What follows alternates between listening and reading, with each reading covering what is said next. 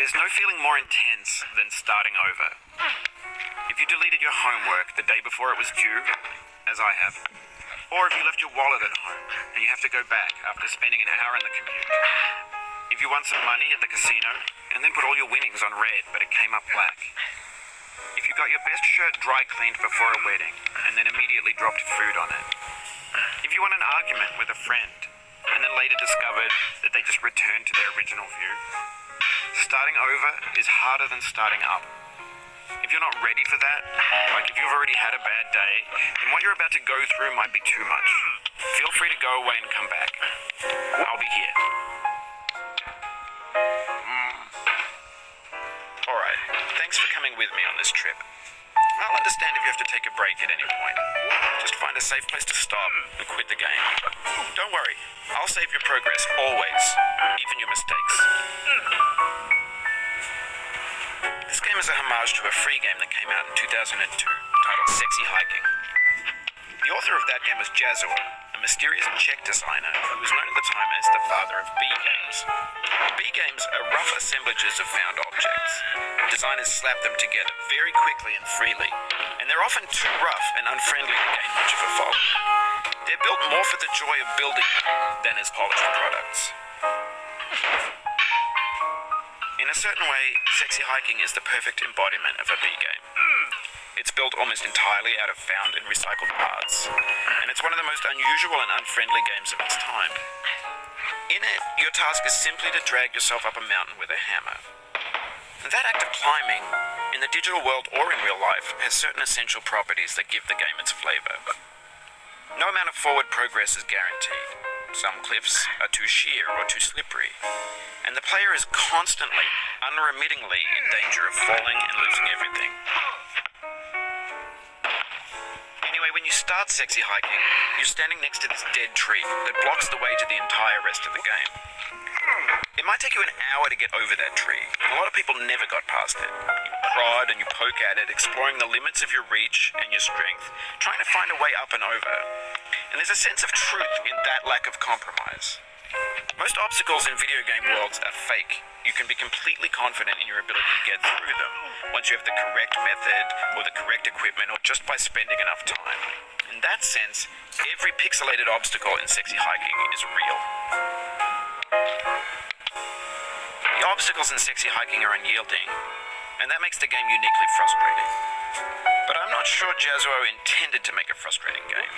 The frustration is just essential to the act of climbing, and it's authentic to the process of building a game about climbing. A funny thing happened to me as I was building this game. I'd have an idea for a new obstacle, and I'd build it. And it would usually turn out to be unreasonably hard. But I couldn't bring myself to make it easier. It already felt like my inability to get past the new obstacle was my fault as a player rather than as a builder. Imaginary mountains build themselves from our efforts to climb them, and it's our repeated attempts to reach the summit that turns those mountains into something real.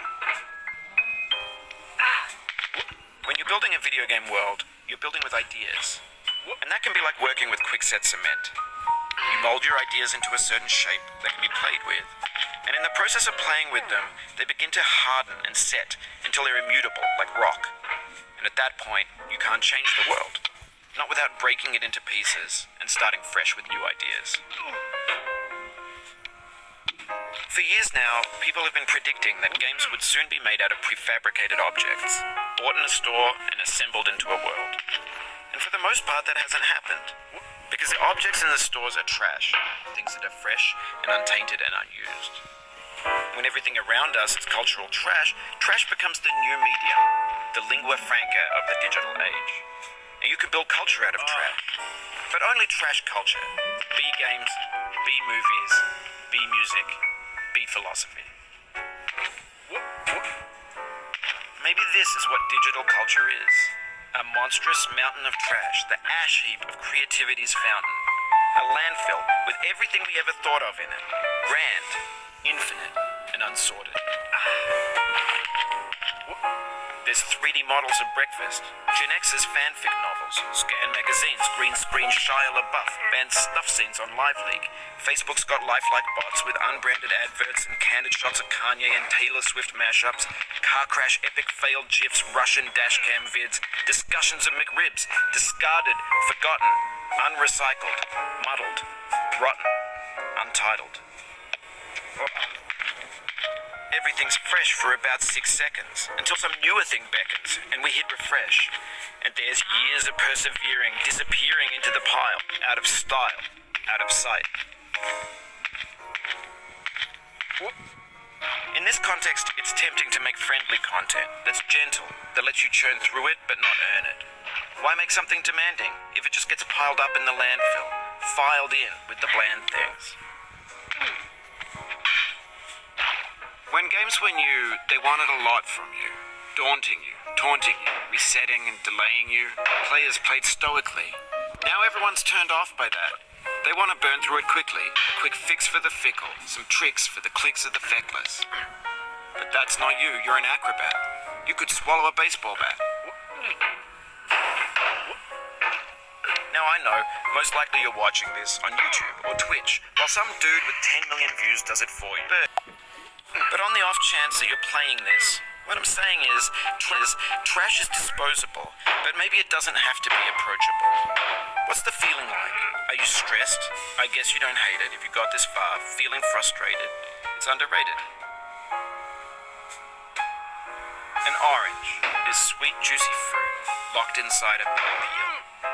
That's not how I feel about a challenge. I only want the bitterness. It's coffee. It's grapefruit. It's licorice. It feels like we're closer now. Composer and climber, designer and user. You could have refused, but you didn't. There was something in you that was hidden, that chose to continue. It means a lot to me that you've come this far, endured this much.